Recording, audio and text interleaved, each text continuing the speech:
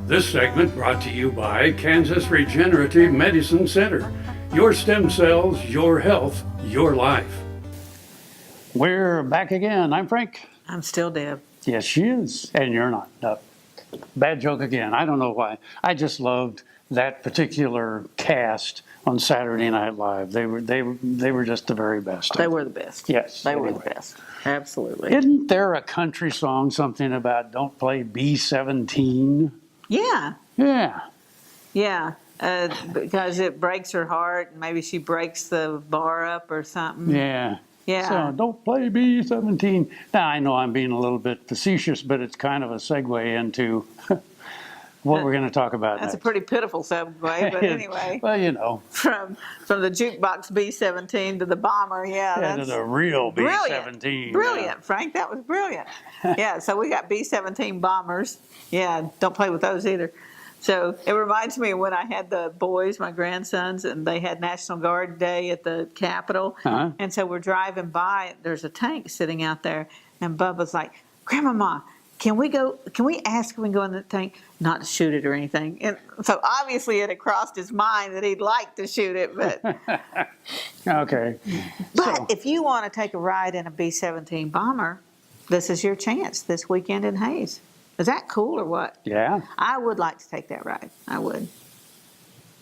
Let's take a look.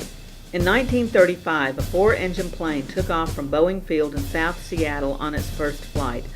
Rolling out of the Boeing hangar, it was simply known as the Model 299. Seattle Times reporter Richard Smith dubbed the new plane, with its many machine gun mounts, the Flying Fortress, a name that was adopted and trademarked. The Army Air Corps designated the plane as the B-17. The plane had gone from design board to test flight in 12 months.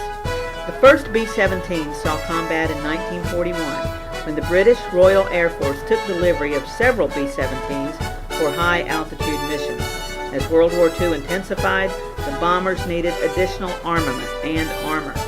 The B-17E, the first mass-produced model Flying Fortress, carried 9 machine guns and a 4,000-pound bomb load. It was several tons heavier than the prototypes and bristled with armament. It was the first Boeing airplane with the distinctive and enormous tail for improved control and stability during high-altitude bombing. Each version was more heavily armed. In the Pacific, the planes earned a deadly reputation with the Japanese, who dubbed them four-engine fighters. The Fortresses were also legendary for their ability to stay in the air after taking brutal poundings. General Carl Spaatz, the American air commander in Europe, said, "Without the B-17, we may have lost the war."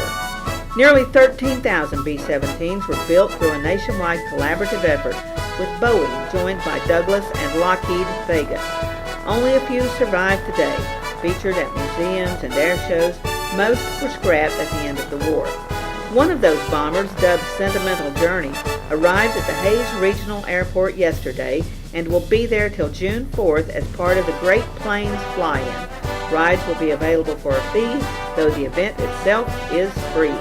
In addition, the renowned World War II fighter, the P-51 Mustang, will be at the airport June 3rd and 4th. Rides will be available daily those 2 days as well.